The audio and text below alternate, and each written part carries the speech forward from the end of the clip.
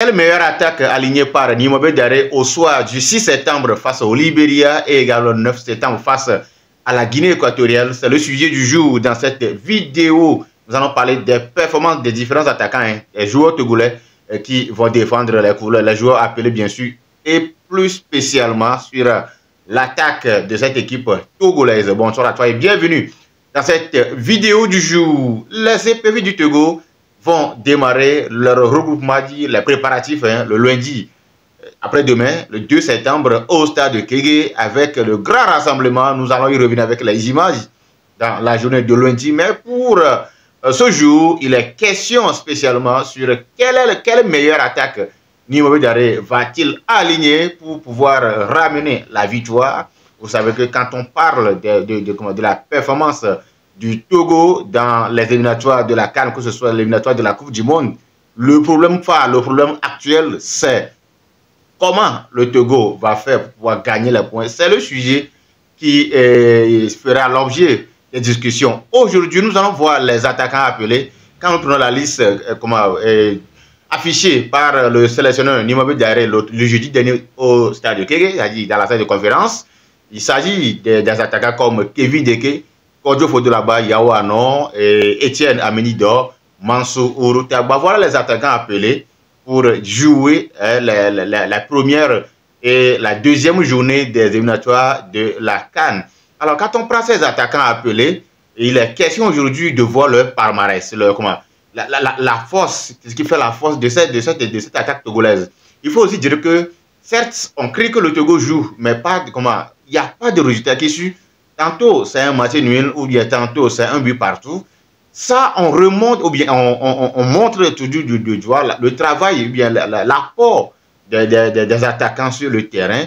Maintenant, aujourd'hui, au moment où nous avons un digne fils, un Togolais à la tête des éperviers, où tout le monde se prépare à prendre d'assaut le stade de Kégué le 26 septembre parce que nous allons sortir massivement, alors, quelle sera la meilleure attaque utilisée pour revenir avec les 3 points, puisque démarrer les éliminatoires le vendredi prochain avec une victoire serait une chose vraiment éblouissante, très intéressant. Alors pour ce faire, moi, je vais d'abord proposer la forme actuelle des attaquants. Quand nous prenons d'abord notre joker, Kevin Deke, qui évolue au niveau de Cercle Bruges pour cette saison 2024-2025 au niveau de Jupiter Pro League de la Belgique qui a déjà commencé. Kevin Deke a déjà joué 4 matchs et il a inscrit 2 buts et a délivré une passe décisive. Pour cette saison 2024-2025, il a déjà joué 4 matchs et a marqué 2 buts et une passe décisive. Alors, si nous prenons la saison dernière, il faut dire que la saison dernière, Kevin Deke avait joué au total 38 matchs contre 27 buts marqués, ce qui fait de lui le meilleur buteur de ce championnat belge. Alors, autre attaquant appelé par le coach Nimobé Daré, il s'agit de Kodjo Fodolaba qui évolue au niveau de Émirats Arabes Unis, au niveau de Al Ain. Donc, pour cette saison 2024-2025 qui a déjà démarré, de l'autre côté aussi, Fodolaba a déjà joué 2 matchs et puis il a inscrit 4 buts. Vous voyez, 2 matchs joués, 4 buts avec 0 passe décisive. Rappelons que pour la saison dernière, c'est-à-dire la saison 2023-2024, il a disputé au total 19 matchs. Il y a des blessures, il a été perturbé par les blessures. Donc, il a disputé 19 matchs. Il a disputé 19 matchs plutôt. Donc, pour moi, 19 matchs disputés par Kodjo Fodolaba. Et puis, il a inscrit 12 buts au total. Alors, l'autre attaquant aussi appelé, il s'agit de Clédier Thibault, le jeune Clédier Thibault, qui évolue de l'autre côté de Lucerne en Super League en Suisse. Pour cette saison 2024-2025 qui a déjà démarré, Clédier Thibault a déjà joué 5 matchs et puis il a marqué 3 buts. Donc, déjà, cette saison qui a commencé, au moment où il a marqué à 0 but, Clédier Thibault a joué 5 matchs et puis il a marqué 3 buts. Et si nous évoluons pour les autres attaquants appelés, ça n'a pas marché toujours, puisque quand nous prenons le cas de Yao Anon qui évolue au niveau de Bank of Egypt, ici, dans un championnat égyptien.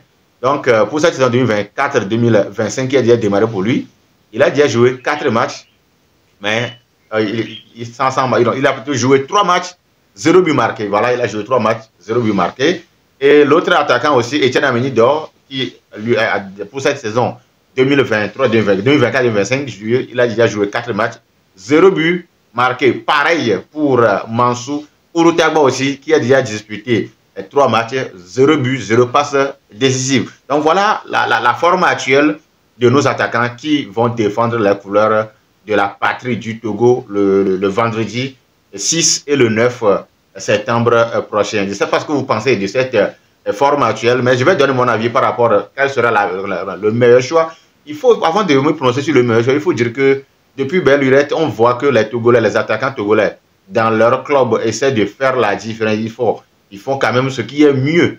Mais quand il revient à la sélection, ça peine toujours à trouver les fonds de filet. Je prends d'abord en première position le cas de Kodjo Fodo là-bas. Depuis la saison écoulée, quand il a quitté RB Berkane pour le golf de l'autre côté de Émirats Arabes Unis, certes, il affronte toujours les compteurs, il marque à chaque fois, mais il lui manque toujours la réalisation de but quand il revient en sélection. Lui qui a été annoncé en temps comme le digne successeur de Cheye Mani Adebayor, mais il faut dire que jusqu'ici, Kodjo Fodo là-bas n'a pas encore réussi à convaincre le public sportif togolais. Peut-être avec l'arrivée du Togolais Nimambe Daré, avec Kader Koukbadji, avec Kossi Agassa aux côtés, peut-être qu'il va retrouver le chemin de filet. Donc je compte pour lui pour démarrer même ce match-là face au Libéria. L'autre attaquant que Nimambe Daré, je crois qu'il va démarrer ce match en termes de titulaire, ça veut dire Kevin Deke. Vous savez, depuis la saison passée, il a fait les compteurs. Je l'avais dit tout à l'heure, la saison écoulée, c'est-à-dire la saison 2023-2024, qui a disputé 38 matchs et a marqué 27 buts, et lui-même meilleur buteur de la saison de la Belgique. Et donc, je crois qu'il va démarrer sans doute ce match.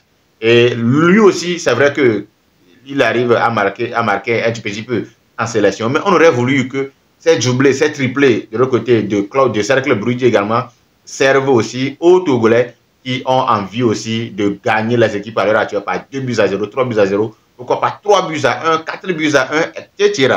Et donc, voilà les deux attaquants que je vois déjà titulaires.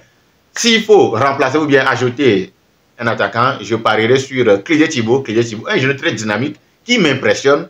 Malheureusement, qui n'a pas ce temps-là d'être titulaire, on connaît aussi, puisque la saison écoulée, c'était vraiment, ce n'était pas ça, puisqu'il avait joué la saison dernière avec 4 buts inscrits. Il était blessé, tout ça, avec son transfert de Lucerne, tout ça. Mais pour cette saison, avec 5 matchs déjà, 3 buts, et voyant son dynamisme, son mouvement, son charisme, la manière dont il est mobile sur le terrain, je crois que ce jeune mérite pour moi sa place de titulaire en attaque. Pourquoi pas essayer en attaque à 3, ou soit évoluer avec le système 4-4-2, puisqu'on sait qu'avec Paulo Duarte, c'était le système 3-5-2 qui finalement ne nous arrangeait pas en termes de buts encaissés. Ce qui fait qu'on encaisse toujours un but. Donc si on peut revenir sur le système 4-4-2, pourquoi pas un 4-3, avec un Khaled Naré qui est un milieu vraiment offensif. J'apprécie ce joueur, c'est toujours son apport offensif. Il est de taille. Un joueur qui va nous manquer aussi, pas du tout aussi, c'est notre ami de Offenham qui est blessé, Les Bebou, qui est très bien en club, mais à la sélection, on ne comprend pas ce qui se passe. Mais malheureusement, les blessés ont le choix d'ailleurs même prompte guérison.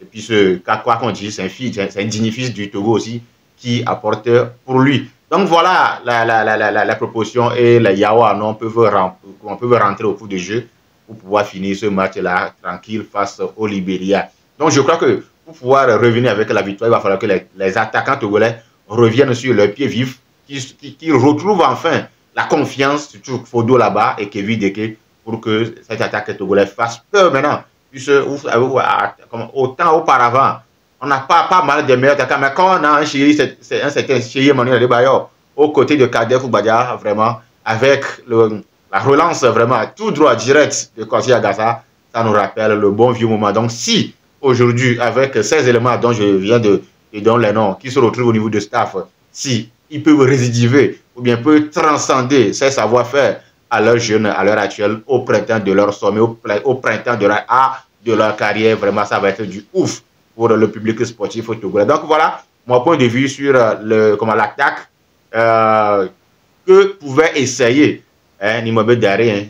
On attend tous sa première composition officielle dans la journée du vendredi 6 devant le Libéria. Mais je vous retrouve le lundi pour une nouvelle vidéo, puisque le lundi, les préparatifs démarrent. On va partager avec vous les différentes images des joueurs, des premiers joueurs, des joueurs qui seront déjà à l'entraînement, tout et tout, des joueurs qui seront disponibles pour ce match-là, tout ça là. et on sera ensemble durant toute la semaine pour préparer au mieux ce match face au Libéria afin de revenir avec une victoire. Ici, c'est Intégral Sport Officiel. Continuez de vous abonner et merci encore une fois pour ceux-là qui s'abonnent quotidiennement et qui aiment la vidéo, qui appuient sur la cloche de notification et qui également commentent. Merci beaucoup. Et ça ne coûte rien, ça ne coûte rien. Continuez par vous abonner à la chaîne pour qu'ensemble, on développe le mieux cette chaîne qui est consacrée aux infos des éperviers, que je vous avais dit également, va s'élargir cette saison avec les performances des joueurs dans leur club, avec des actualités aussi diverses. On se retrouve le lundi. Bye.